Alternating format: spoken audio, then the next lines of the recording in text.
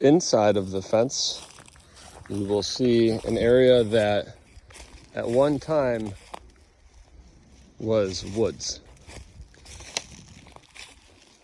There's about just under an acre and a half inside of this fenced in area. And we came through and cleaned up more of the trees, opened up some sunlight, got rid of what was unhealthy. And then we planted several different seed mixes of wildflowers over the last 2 years. And right now, you can see the ground is covered with, actually seeing a lot of black-eyed Susan and coreopsis. There are still some invasive species, but far less compared to what used to be here. So this property has seen quite the transition over the past 4 years, from going from woods to basically a private garden park. So we have lots of edibles in here as well. It's a nice patio. So we've got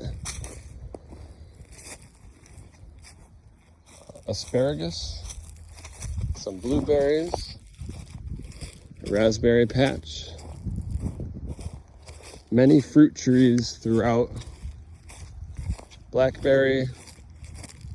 There's bush honeysuckle, which honestly is much better of a plant to grow in the central or mid-Atlantic region compared to blueberries. So it's basically a native blueberry. Yes, we have the wild high bush blueberry with very tiny blueberries. They're delicious, but the honeysuckle, it does much better, and you really don't need to amend the soil for it.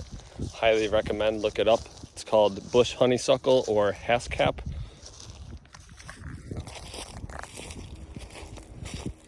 So this time of year is interesting because everything's starting to wake up, and you can see some of the old things that haven't, they look a little ugly, let's be honest. But these are all wildflowers and native grasses, sedges.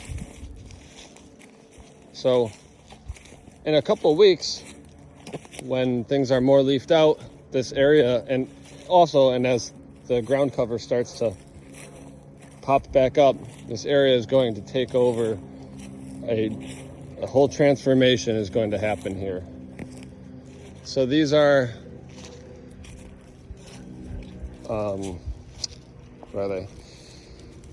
That's on the tip of my tongue. Somebody's looking at this and saying, oh, that's, it's a nut. It's a nut. It's, maybe if I stare at the camera and feel dumb for a second, I could say hazelnuts.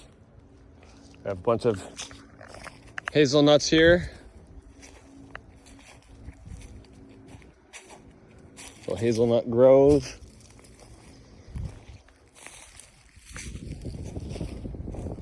A garden that's intended more for monarchs and a monarch way station. This is some of my favorite rattlesnake master coming back up. It's a pawpaw, and then a peach. So yeah, it needs a little bit of pruning. We'll do that at some point during the growing season, most likely in the end of summer. Still have a couple stragglers hanging on. This is the autumn olive here. So that does actually produce fruit, and there's not too much of it down here, so it's okay. We can work with non-natives and invasives to an extent. We can allow it. It all depends on the site conditions and the management plan. But I wanted to encourage people who would like to see more natives and wildlife and more intentional plantings. A project that's taken multiple years.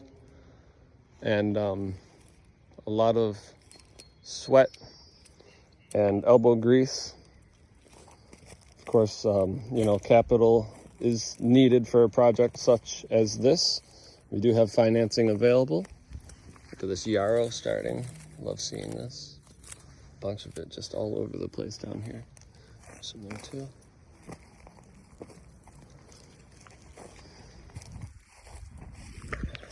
This was all forest 7 years ago. One step at a time with a good management plan.